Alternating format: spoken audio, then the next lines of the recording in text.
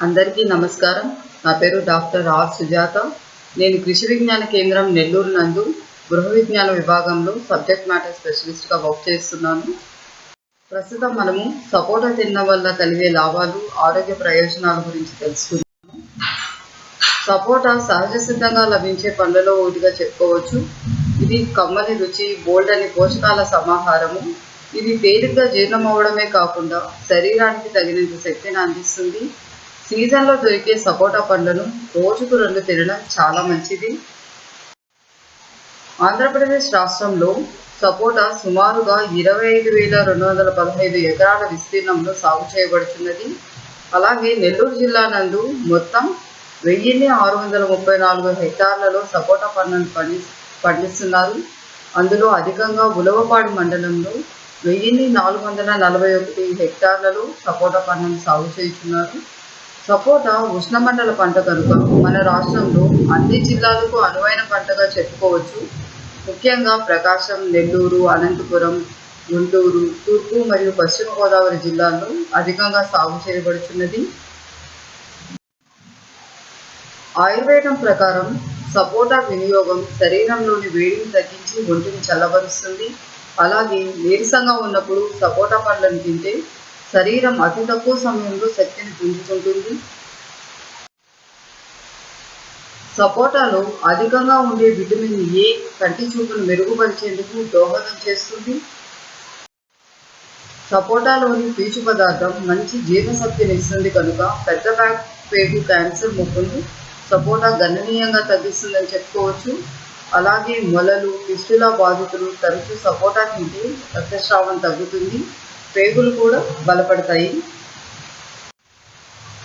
ఈ పండులో ఉండే విటమిన్ ఈ చర్మాన్ని తేమగా ఉంచడం వల్ల చర్మం అందంగాను, ఆరోగ్యంగాను ఉంటుంది. మొహం మీద ముడతలను కూడా తగ్గిస్తుంది, జుట్టును మృదువుగా చేస్తుంది. సపోటా విత్తనాల నుంచి తీసిన నూనెను జుట్టుకు పట్టిస్తే అది తేమగా, మృదువుగా ఉంటుంది. చుండ్రును కూడా నియంత్రిస్తుందని చెప్పవచ్చు. గర్భిణీ స్త్రీలు సపోటా తింటే పిండి పదార్థాలు, అవసరమైన ఇతర పోషకాలు సపోటాలో అధిక మోతాదులో ఉండడం వల్ల గర్భిణీలకే కాకుండా పాలిచ్చే తల్లులకు కూడా చాలా ఉపయోగకరంగా ఉంటుంది. అలాగే కాల్షియం, ఫాస్ఫరస్, ఐరన్ సమృద్ధిగా ఉండడం వలన సపోటా పండు ఎముకల గట్టితనానికి, పెరుగుదలకు బాగా సహాయపడుతుంది. సపోటా వినియోగంతో నొప్పులు, వాపులు తగ్గుతాయి. తక్కువ సమయంలో గాయాలు కూడా మానుతాయి. అదేవిధంగా మొలకెత్తిన రాగుల్ని ఎండబెట్టి, పిండి పట్టి అందులో సపోటా గుజ్జు కలిపి సాయంత్రం వేళలో తింటే కాల్షియం లోపం కూడా తొలగిపోతుంది. వేడి చేసినప్పుడు కనిపించే పొడిదొడ్డు, మూత్రంలో మంట, కడుపులో మంట, విరేచనంలో మంటకు సపోటా వినియోగం మంచి విరుగుడుగా చెప్పుకోవచ్చును. సపోటా ఉత్పత్తులను తీసుకున్నట్లయితే అధిక మోతాదులో సపోటా పండ్ల దిగుబడి ఉన్నప్పుడు వాటిని ఎండబెట్టి బొరుగులుగా కానీ, సపోటా పొడిగా కానీ తయారు చేసుకోవచ్చును. ఈ విధంగా తయారు చేసుకున్న పొడితో మిల్క్ షేక్లు మరియు పండ్ల రసాలను తయారు చేసుకోవచ్చును. ముఖ్యంగా సపోటా పంట కోత సమయంలో తగిన జాగ్రత్తలు పాటించాల్సి ఉంటుంది. పక్వానికి వచ్చిన కాయలపై ఉన్న పొట్టు వంటి పదార్థం రాలిపోయి బంగాళాదుంప వలె కనపడతాయి. అటువంటి కాయల చర్మాన్ని కోసినప్పుడు కండ పైభాగం ఆకుపచ్చగా కాకుండా పసుపచ్చ రంగులో ఉంటుంది. పక్వానికి వచ్చిన కాయలు చివరనున్న సన్నటి ముందు చేతితో తాకాన్ని ఊడిపోతుంది.